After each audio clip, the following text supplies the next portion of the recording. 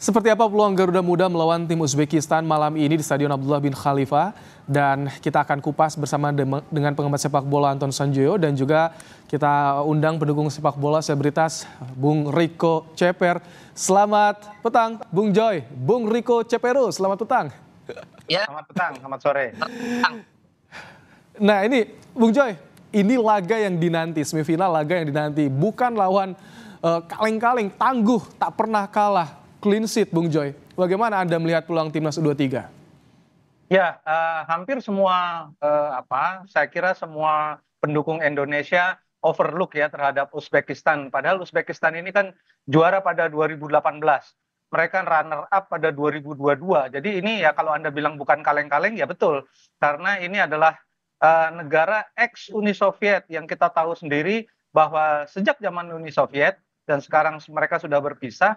Negara ini kan negara bagian dulu ya. Negara bagian ini adalah salah satu penyumbang atlet untuk Uni Soviet.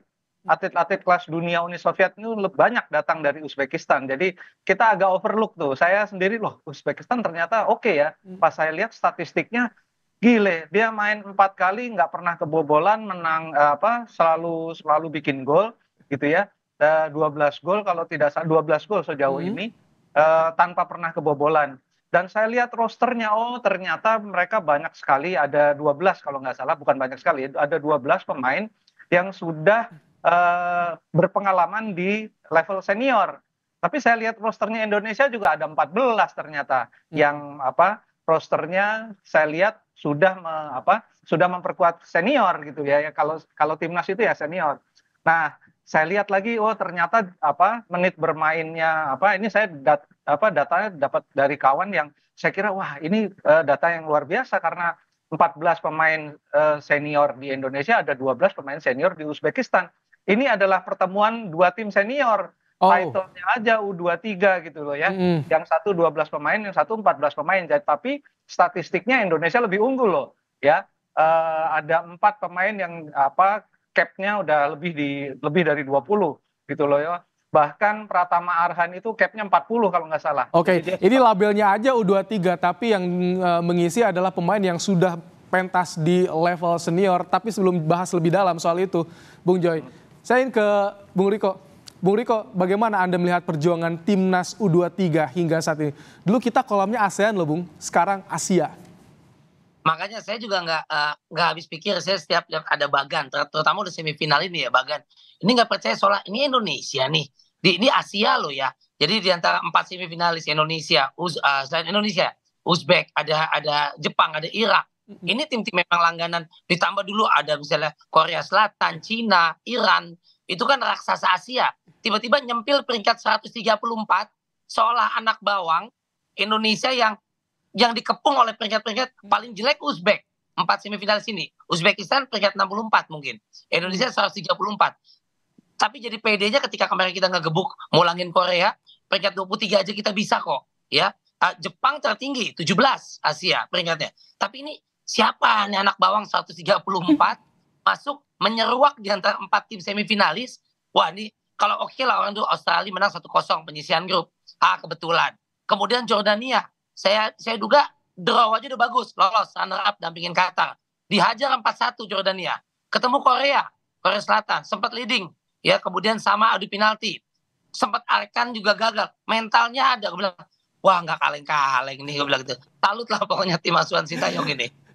Kebetulan ketagihan menang terus dan kita target tanggung juara aja sekalian ya. Tapi sorry, gimana Bung Joy? Saya harus ingatkan kalau kita klaim kita udah level Asia jangan dulu. Ini adalah levelnya tetap U23. Kalau kita bicara level senior baru kita bicara peringkat. Kalau bicara peringkat kan memang Korea Selatan ini jauh banget, tapi kan itu yang seniornya. Yang kita pulangkan kemarin itu ya tetap aja tim juniornya gitu. Jadi saya hanya ingin mengingatkan supaya anak-anak U23 ini tetap tumbuh dengan normal. Mereka nggak gede kepala, wah udah level Asia gitu ya. Mereka kalau udah level Asia mereka pikir selesai. Kalau selesai mereka nggak latihan lagi, itu yang saya khawatirkan. Mudah-mudahan mereka tetap humble dengan posisi sekarang. Mereka tetap bisa melaju. Saya yakin betul bisa masuk ke Olimpiade. Nah kalau udah masuk ke Olimpiade, ini tim tinggal di maintain. Karena menurut saya dengan tim yang ada sekarang, next generasi yang akan mengikuti mereka itu akan mengikut gitu loh. Dan Oke. generasi ini nih sekarang Arhan dan kawan-kawan ini di senior nanti saya yakin tembus 100 besar, tembus 60 besar gitu loh. Oke. Jadi jangan buru-buru dulu dibilang ini udah level elit Asia, belum. Ini kita masih junior. Oke, tapi masih ada rasa euforianya ya, Bung Joy. Bung Riko, kalau misalkan lihat ini bicara soal pencapaian timnas U23, wah sangat diapresiasi. Tapi antusiasme penonton di Qatar, tapi rasanya kayak di Indonesia.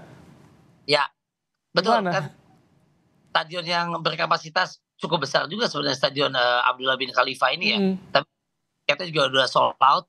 80-90% penonton Indonesia. Ini betapa euforianya bukan main ya. Mungkin mereka senang, memang ini hiburan ya, kebahagiaan. Seolah ya ini nggak pernahnya mau junior, betul katakan Om Joy ya, Bung Joy ya. Tapi dulu kan bermimpi aja kita nggak berani. Kalaupun mimpi antesin kali. Mimpi aja nggak berani Bung Joy. Nggak nyadar. Kita jujur untuk U23 lawan Malaysia, Thailand, Vietnam aja ngos-ngosan. Biasanya berharap menang Malaysia, Vietnam, Thailand ya. Iya, pelatihnya udah doyan ngopi kali kan. Oke. Jadi, Tapi kita nanti usai jeda kita bahas ya soal kedalaman tim ini karena menarik. Banyak yang bahas soal market value-nya para pemain, kemudian juga ada celah nih PR-nya di timnas U23 lini kanan nih, pertahanan kanan. Kita akan bahas usai jeda ya. Jangan kemana-mana, tetap bersama kami di Kompas Petang. Kita kembali bahas bahas soal peluang timnas U23 jelang lawan Uzbekistan malam nanti. Masih bersama kita pengamat sepak bola Anton Sanjio dan juga pendukung timnas Rico Ceper. Bung Joy, dibahas nih lagi ramai di lini masa soal market value-nya timnas kita. Ada satu pemain di Uzbekistan ini termahal di Piala Asia. Sayap kiri loh, padahal lini pertahanan kanan kita yang itu jadi celah selama ini jadi PR. Gimana Bung Joy? Oh, justru saya melihat sebetulnya di sektor kanan ini kalau Fatur ada di sana dia lebih disiplin daripada Pratama Arhan ya. Karena gini, polanya Sintayong ini kan 3-4-2-1 atau 3-4-3. Artinya dua gelandang sayap kanan kiri itu, kanan Fatur, kiri Pratama Arhan itu kan harusnya disiplin banget.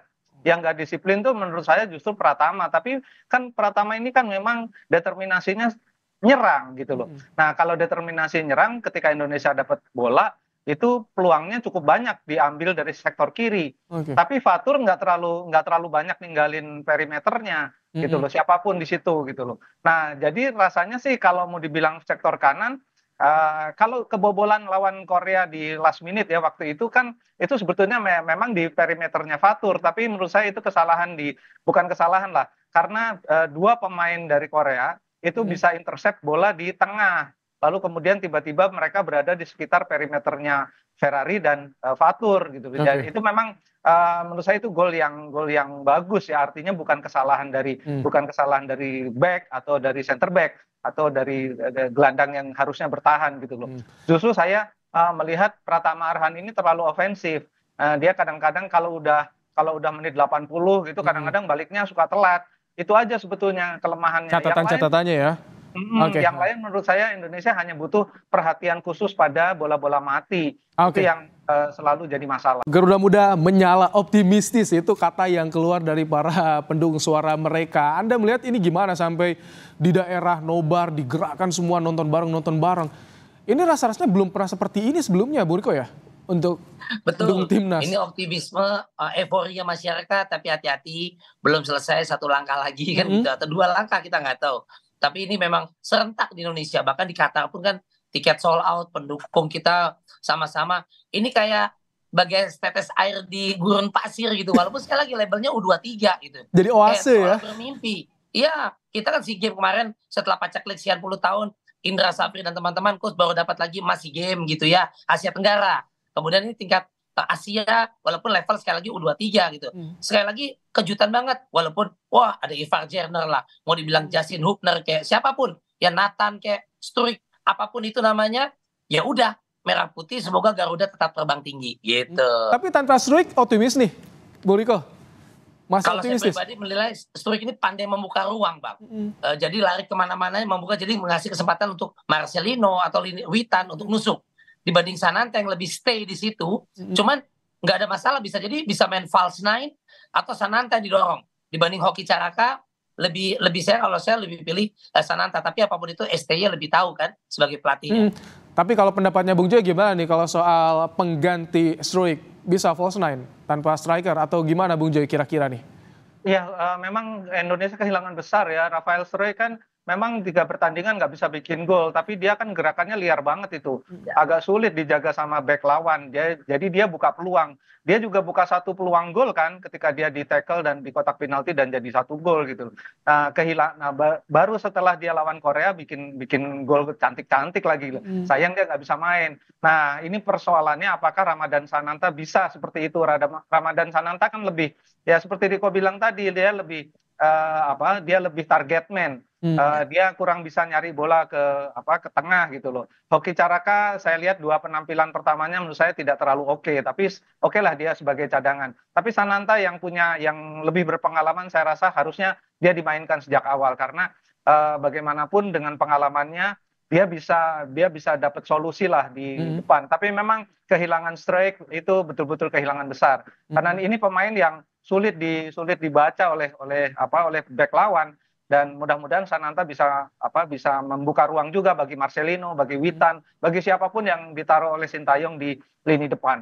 Jadi harusnya sih tetap tidak ada persoalan ya, walaupun ini nggak ada Struijk agak berat nih. Tapi Bung Joy, ini Uzbekistan posturnya khas Eropa Timur sampai sekarang clean sheet. Jadi gimana celahnya di mana ini untuk bisa ditembus? Ini saya yakin Sintayong sudah mempelajari ya, dia pasti sudah berjam-jam tuh mantengin video pertandingannya Uzbekistan. Saya yakin udah ada jawabannya. Tapi memang persoalannya harus sabar.